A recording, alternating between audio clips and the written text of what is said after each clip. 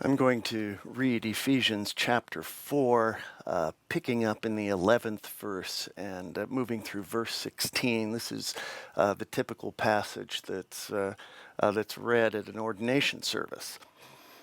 I will probably go back to the earlier part of chapter 4 in future sermons, but I've been reflecting on ministry and community of late, and I believe that's what Paul is about here. Would you listen as the Spirit brings a word alive for you? The gifts God gave were that some would be apostles and some prophets and some evangelists, some pastors and teachers, to equip the saints for the work of ministry, for building up the body of Christ, until all of us come to the unity of the faith and of the knowledge of the Son of God, to maturity, to the measure of the full stature of Christ. We must no longer be children tossed to and fro and blown about by every wind of doctrine, by people's trickery, by their craftiness and deceitful scheming. But speaking the truth in love, we must grow up in every way into Him who is the head, into Christ, from whom the whole body, joined and knit together by every ligament with which it is equipped, as each part is working properly, promotes the body's growth in building itself up in love. An ancient text with, I think, relevance for a modern world. Can you imagine it? A community like Paul talks about there, a community where really we are seeking out the gifts of other people. I mean, in this self-promoting internet world, what we're looking to do is put other people's gifts and talents on our own website without necessarily cross-linking them. Can you imagine a world like that, where everybody has a role? Read a column by David Brooks this week where he was bemoaning, and he may have written this a couple of weeks ago, but bemoaning that there was no sensible conservative program being put out for the Republicans. He was looking for something that would seek to have all people, the people that are down and the people that are up, have a role, and was looking to find ways to support people in their growing and developing so that they could take up their role, do the best contribution that they could do in the world. Or could you imagine business leaders not being only about the bottom line? There's a group thinks about conscious business, that think about a triple bottom line. So they're not just focused on making money, but instead are focused on other things as well. This would be business people who see themselves as stewards of talent and stewards of resources on the earth. Can you imagine that kind of world? Really, the only place it gets any lip service would be in spiritual communities, and there, only lip service.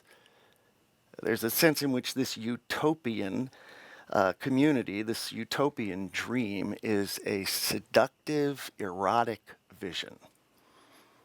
Now, I use those somewhat challenging words to describe it because I'd like to expand the definition of them. Seductive, erotic vision of a utopian dream of a world where everybody has their own role, their own gifts that they bring into the world. It's erotic because eros is that love which impels evolution forward. It's that thing that calls us forward to connection, brings us close together one to another. It's the building up of the body, if you will, the eros of building beauty together. And so this is an erotic vision, and the best of us always reaches out for such beauty, wants to be a part of that kind of thing. So we broaden this sense and move towards unity, is what the text says. We want to move towards unity, not unanimity, just each of us having our gifts blended together, or like a symphony, each human being playing their role and offering their gift. But as I sought to be that kind of a leader, and when I look at other leaders of spiritual communities, either direct people who are called leaders or, people who try and carry the mantle, I found that at least for myself, it was difficult not to have my ego get in the way. That is to say, it became an ego project. I not only wanted to play a role of leadership in developing a community like I just described, but I also needed to be seen as playing a role in leadership in developing and building up such a community. We could go into why, I suppose, but we'll leave that to the vagaries of my psychological structure, being a preacher's kid and all that. But the point is that it can really get in the way. Because at that point, we are running Eros with our own desires. And that's when things can devolve, and Eros's strange sort of partner, Phobos, fear, can begin to take hold. And our behavior distorts, and the goal to which we work so very hard becomes impossible. Because with fear running, you can't build up and hope for the gifts of other people to be shown and to be used so very well. But Paul saw a different kind of drive with the Eros. And we talked about this in the last couple of weeks. He sees a dance partner with Eros, and the dance partner is agape. It's that driving energy that comes from the one that said, "Let there be light," and there was light. It's that emptiness gift, that desire to put value in, that operates in the world around us. This is agape, and it's a dance partner. It's a dance partner in the creative project. When agape is lighting up Eros and they dance together, beauty is what comes about. Now, I've known about that for some time. So the question is, why would it be so difficult for me then to live like that?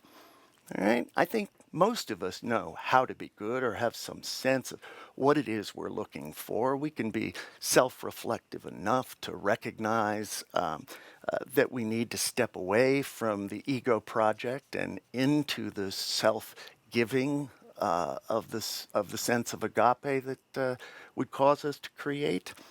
So if I know that, why is it so difficult for me to shift? To explain that, I'd like to talk about some other work that I'm doing because it has to do with the brain.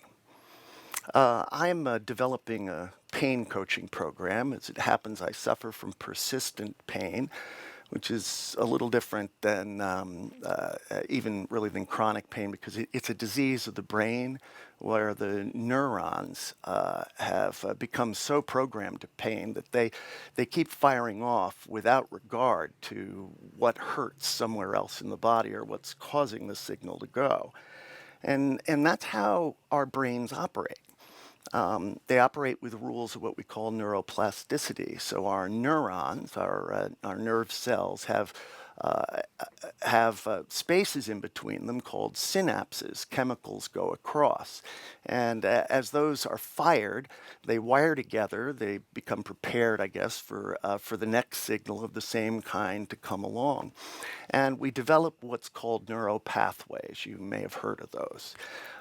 In any case, they form up and they sensitize us to what's coming next. Now, the interesting thing about having persistent pain is that there are 9 areas in the brain, conscious brain, that process pain.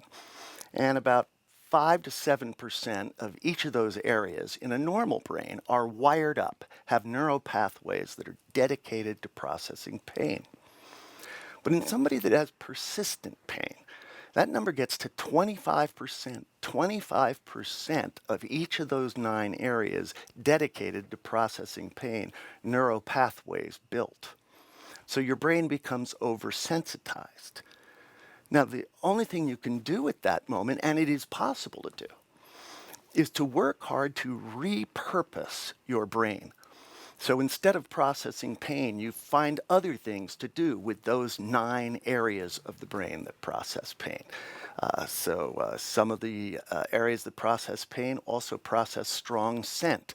So if you can smell, for instance, peppermint oil, sometimes that will repurpose the brain over a long period of time, shrinking that 25% back down to the 5 to 7%. So it's a question of getting our brains to work the way they're intended to work. Now, there's a gentleman by the name of Dr. Consolino, and he's been talking about the neurobiology of relationships. And here's where I think we get to the question of how come we can't do it. He talks about the fact that brains evolved with other brains around them.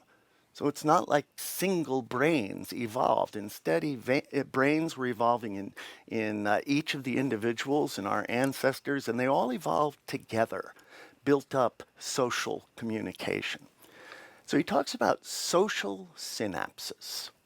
Social synapses, instead of the synapse that operates at the end of our neurons, the end of our nerve cells that comes across, there's a social synapse between me and between you and everybody else around you. There's a kind of connection, a oneness that's there. And when those things get wired, when our social synapses get wired wrong, the way they do in the brain when you have persistent pain, well, then it's very difficult to live the kind of life that you're expecting to live because you're in reaction to everything around you. So, if you're wired up to feel some fear, and people respond to you in a way that makes you afraid, I mean, you can see how this would just entrench the way you live and the way you operate, far from the utopian dream. So the thing to do, and this I believe is doable, is to enter into community that works very hard to repurpose the social synapses and allows us to get to know each other and to deal with each other in very different ways. I'm sure I'll be talking about this a great deal more over the coming weeks because I've just begun to read this book, but the idea is very stimulating. This idea that together we can form communities that will alter the way we get along with one another, the way we can reach into one another's lives. So what is it that we need to do? What's the neuroplastic treatment, so to speak, that we might work with in our society? Well, the first thing we need to do is to begin to think about the fact that each one of us is indeed a unique expression of the positive power of agape moving into the world. That each one of us is a unique expression of the dance that comes from agape, working with eros, that yearning for unity, so that the next beautiful thing can occur. Each one of us is an expression of that, and if we can get used to looking at each other that way, we can begin to talk to one another that way. It's a slow process, but awareness of what we're doing is important. It's one of the reasons that we meditate, actually, is so that we can disconnect our emotional response just a bit from the behavior, from what it is that we do. And so just take that breath and be able to detach enough to realize that I am not this false emotional response. Instead, I'm actually an expression of the love of God. I think the other thing we can do is use love rhetoric in our communities. Now, I've been part of a small group of people called the Center for Integral Wisdom, and they use use the rhetoric of love. We talk about loving one another outrageously, and the language itself, it's interesting. People from the outside could look at that and say, well, that's kind of fake. But when you're inside and you know the people, what it is it's a statement of hope. And the statement of hope begins to form the nature of the community. This community's been under some attack over the last couple of months, and I've been just incredibly heartened to see that instead of wanting to take an attack mode back, the community talks about wanting to find a way to love this moment open, to seek the power of God's new life and new creative impulse in the next beautiful thing.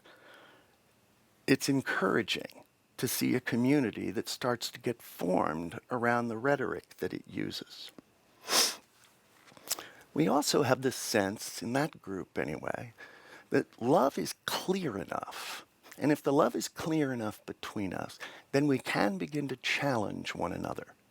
If we notice that somebody is living with a certain kind of shadow, we can challenge the person to grow closer to the Spirit of God in that moment, to use that moment, because the love is more trusted. It's not a question of being told that so I feel torn down. And that's what the language, what the rhetoric of love can do. It can begin to form a community that reaches for that kind of beauty in what Paul calls the body of Christ that is generated by love. And finally, I would say we have to live with abandon. You know, we live seeking pleasure. It's almost like we're afraid to enjoy ourselves in this culture, afraid to open our arms wide and enjoy eros, the seeking of that unity and beauty and wonder. Sometimes I think it's because the Christian scriptures never use the word eros. And I've been so delighted to realize that in the Ephesian letter, while the word eros may not be used, the description of eros lives there. I mean, that's what the body metaphor is about. It's about the erotic connection, that creative connection between one another, seeking one another's gifts, and beholding the beauty that comes from that. It's extraordinary to recognize that that is the hope, that's the utopian dream that Paul has. And he recognizes that it's powered by the dance between that and agape. And that's the glory of God at work. When we are connected to the source of the strength of creation, the beauty of creative power, well, then that lights the way forward for Eros. It lights the way forward and we see a future that is a great deal more beautiful. And in time, if I ask you if you can imagine such a community, your answer can be yes.